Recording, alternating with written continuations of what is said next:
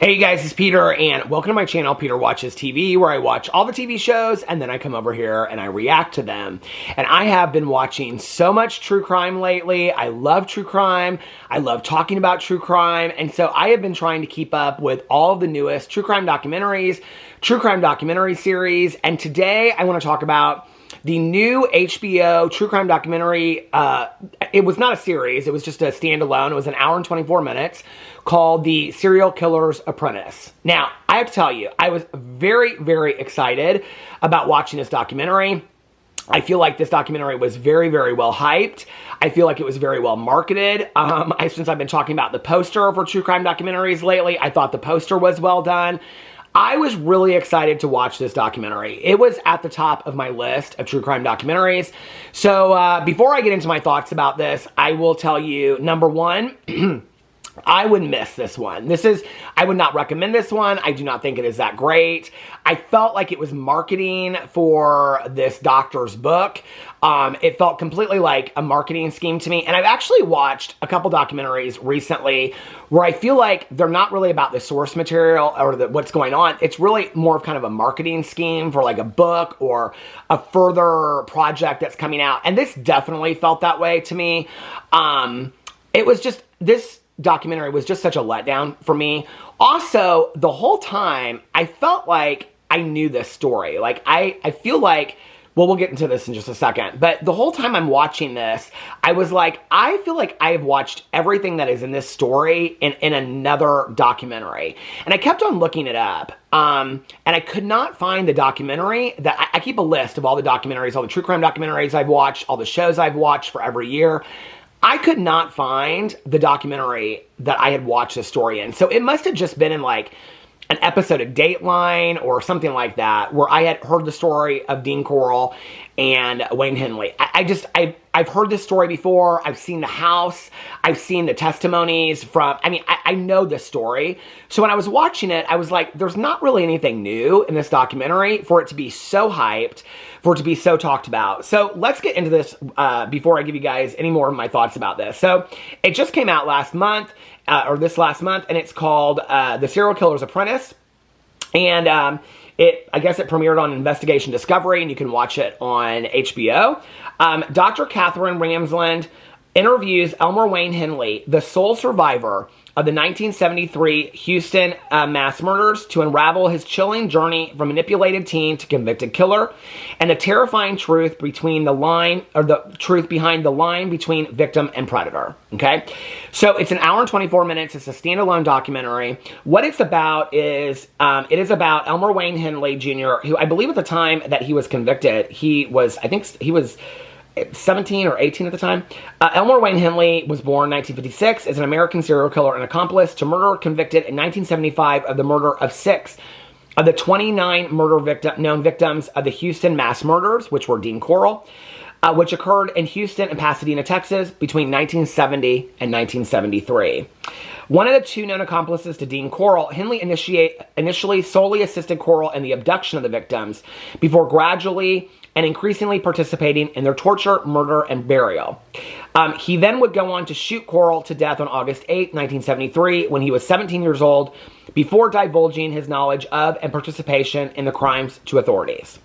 Now, if you go in and you want to read about Dean Corll was an American serial killer and offender who abducted, tortured, and murdered a minimum of 29 teenage boys and young men between 1970 and 1973 in Houston and Pasadena, Texas. He was aided by 2 teenage accomplices, David Owen Brooks and Elmer Wayne Henley.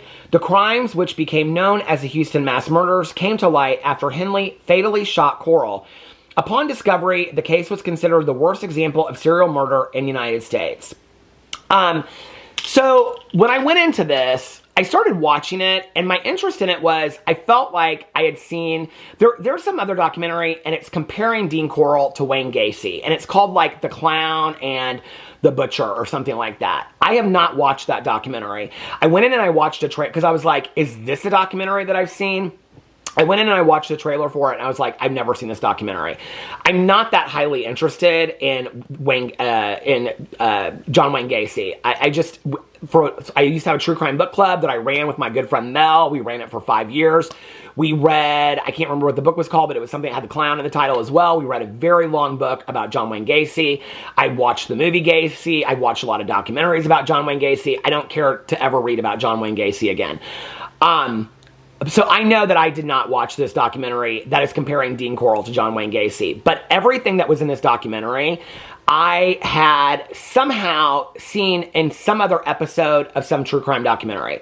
So what pulled me into this was that Dean Corll was 17 years old at the time that he was arrested. So the background story is that Dean Corll was a serial killer in Houston, Texas.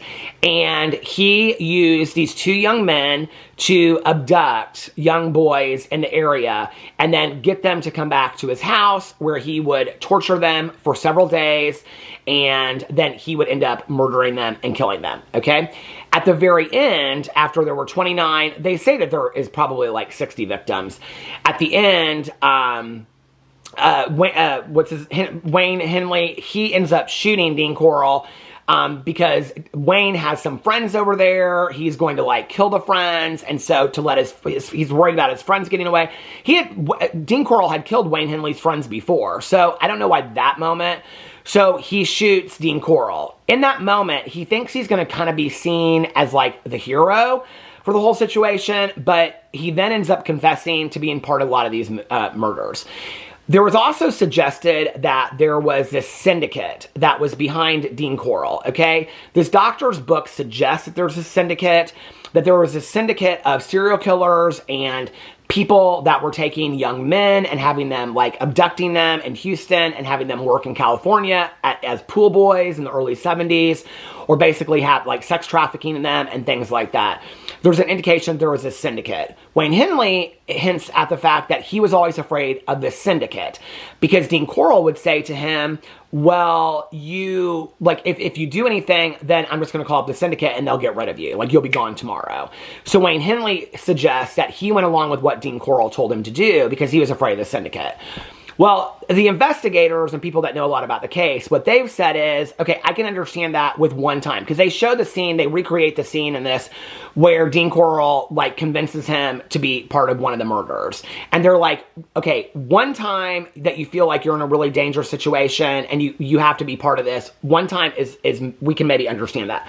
2 times, 3 times, 4 times, 5 times, 6 times in participating in the abduction of over 20 young men and the murder of at least 6. No, I don't think you're afraid at that point. I think you're complicit in it. And so he has been in prison for life at this point. Why I was interested in this documentary was because this doctor, this Catherine, hold on a second, let me pull up her name. Catherine Ramsland, she supposedly interviews him. Now, I am not a lover of these, like, Son of Sam confession tapes. I don't love those confession tape documentaries. Those are not my favorite true crime documentaries to watch. Because, in all honesty, I don't really feel... I think the Iceman is the only one... and I don't think those are called I think it's called the Iceman Speaks or the Iceman Talks or something. Where you find out information that you never knew before. But typically, with the confession tapes, I'll watch like 4 episodes and there's no new information. What's the original one that came out? Ted Bundy, the confession tapes, I think. It's like, I read the book, The Stranger Beside Me by Ann Rule. I've watched the documentaries. Nothing came out in those confession tapes that I did not already know. Not only that, unless you are that intrigued with the manipulation tactics of serial killers, like, that's what you hear the most of. If you listen to the confession tape documentaries, you hear a lot of, like, the manipulation, and I'm going to give you a little bit of this, but then I'm going to dangle this carrot and whatever. And to me, I don't love to hear that because it's almost kind of like having, it's like, I mean, in one way, it's understanding what the victims went through, I think, to some degree, but at the same time, I feel like the interviewers that are interviewing them at the same time are kind of complicit in giving them a platform to allow them to continue what they did before by telling their stories. People ask me all the time to review the documentary about the Ken and Barbie murders in Canada. Okay, so I would love to review that documentary. I thought it was a fantastic documentary. I did not know much about the Ken and Barbie murders. There's a reason I'm bringing this into it. Okay, I watched the documentary Don't F with Cats. To this day, it is one of my top 3. If you are looking for a true crime documentary to binge this weekend, Don't F with Cats. I'm telling you, it is citizen detectives solve this case. It is unbelievable, okay? But a lot of what they talk about is they talk about this, I can't remember his name, Paul, whatever his name is, from Canada. And he and this, Carla, whatever, they were the Ken and Barbie murderers, okay? And they abducted these women, and then they killed these women. One of the victims, so the one guy that's in Don't F with Cats, he claims that he dated this Carla woman. So that's how I found out about the Ken and Barbie murders, because of Don't F with Cats. So then I watched a documentary, I watched it years ago, about the Ken and Barbie murders. But something really stood out to me in that documentary, because the mother of one of the victims that's been murdered, the girl's torture and her murder was videotaped by the 2 killers. Every time the case would go to court, or another victim's case would go to court, or the police would further investigations, they would watch the videotapes again. The mother petitioned for the court to have the videotapes destroyed, because she felt that every time those videotapes were viewed, it was her daughter being re-abused, tortured all over again. And at the time, it really didn't make sense to me. But as you watch the documentary, the mother goes in and explains that even though she's like, I know that my daughter is dead, but every time a new police officer is watching those tapes, a new person is watching those tapes, if you include it in a documentary, it's the re-abusing of my daughter. How many times does she or her memory have to live through this? Like, are there another? It's not the honoring of the victim, right? So the court destroys the videotapes. I think to some degree, giving a platform, unless there's something new that's going to come out that we are going to learn about Ted Bundy, John Wayne Gacy, the son of Sam, Wayne Henley, unless there's something new, to give an hour and a half or a 3-part docuseries to just listen to tapes of these people being manipulated. We already know they're manipulative. We already know that they are sick beyond belief. To just watch 3 hours of that, to me, miss me on that shit, okay? I don't have the time for it. So when I got into this documentary, this case is a case that interests me because I'm highly interested in the Fox Hollow Farms case in Indianapolis, because I live here, which is the Herb Baumeister case. This case, to some degree, is similar because they're still finding bodies out at Fox Hollow Farms. In this case, with Dean Corll, there's a lot of victims that have not been identified. Herb Baumeister has a lot of victims that were not identified. The cases are similar to some degree. And so, for me, I was very interested in this case.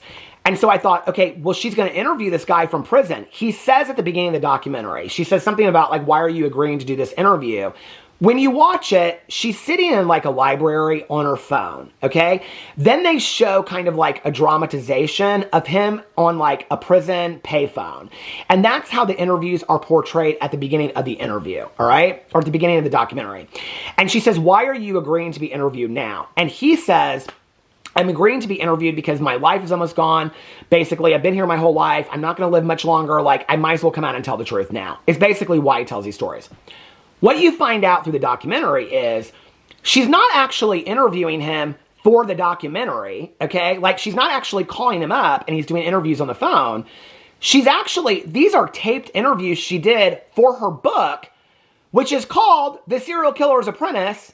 And she doesn't share anything new in the documentary that I didn't already know based on a documentary that I watched 3 years ago that I don't even remember what the name of it is. And I knew everything that was in this documentary, except for the fact, the one beautiful thing they did is that they had some of the victims, like they had a cousin of one of the victims, they had a friend of Wayne Henley speak and kind of talk about how he had changed over time and when he met Dean Corll and how he had changed.